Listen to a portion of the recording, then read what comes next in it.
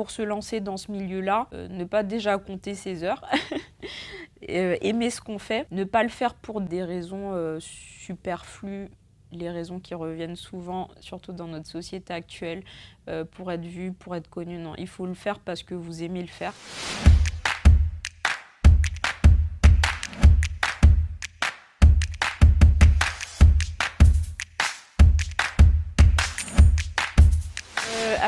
D'où je viens? Je suis née à Saint-Laurent-du-Maroni.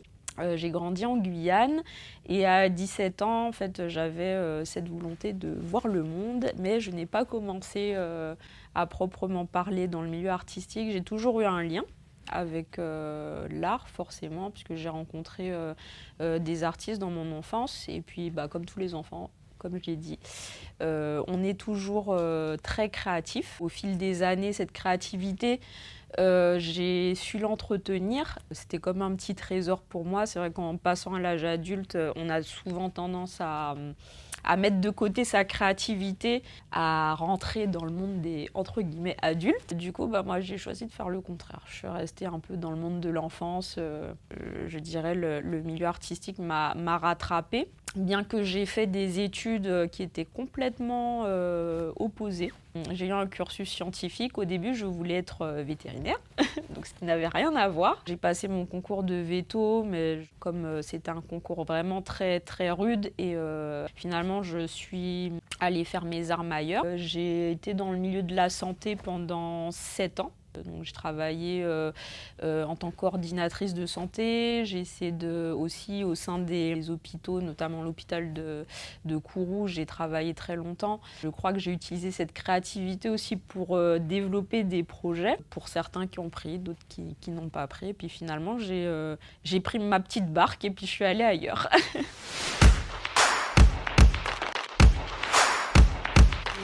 Alors ça, c'est ce qui est beau. Chaque rencontre, en fait, ça a été une pierre de construction pour moi, qui m'a aidée à grandir, qui m'a aidée aussi à construire mon parcours. C'est suite à la rencontre avec une art thérapeute que du coup, j'ai une autre graine qui a germé. Je me suis formée, j'ai obtenu mon diplôme d'art thérapeute. J'ai exercé pendant un petit moment. Suite à ça, j'ai découvert que c'était plus quelque chose que j'avais fait, certes pour être aussi dans un métier d'accompagnement, mais aussi que j'avais fait pour pouvoir me construire. Donc de fil en aiguille, après j'ai rencontré d'autres personnes, dont Sergine Boutrin, qui là m'a aidé à réveiller un peu ce que j'avais peur de laisser à vue. C'est chez Sergine que j'ai commencé mes premières performances artistiques, que j'ai pu accepter aussi le fait d'être ce que j'étais.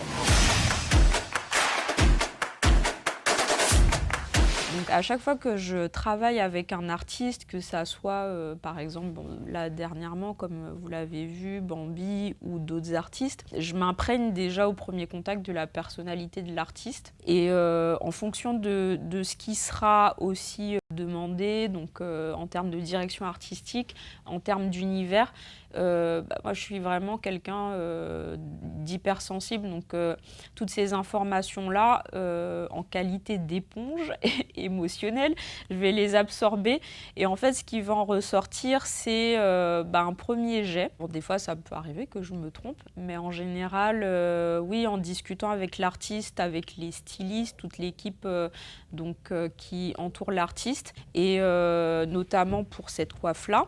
Là, je sais que c'était, la thématique que j'avais sondée, c'était le côté un peu reine.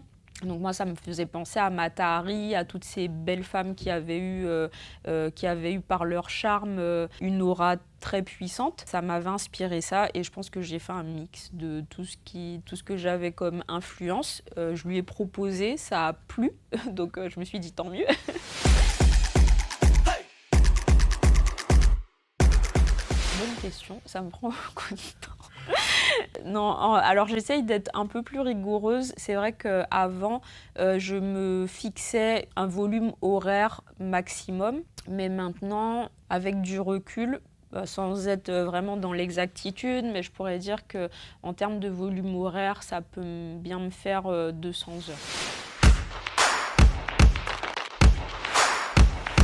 heures. Alors, au début, c'est très dur. pour être franche. Il faut déjà développer son identité artistique, pouvoir faire reconnaître son travail. Déjà, ça, c'est très dur. Et après qu'on ait passé cette étape-là, il faut pouvoir avoir ce petit côté commercial qu'on n'aime pas, nous les artistes, mais qui est nécessaire. Parce que sinon oui, c'est compliqué.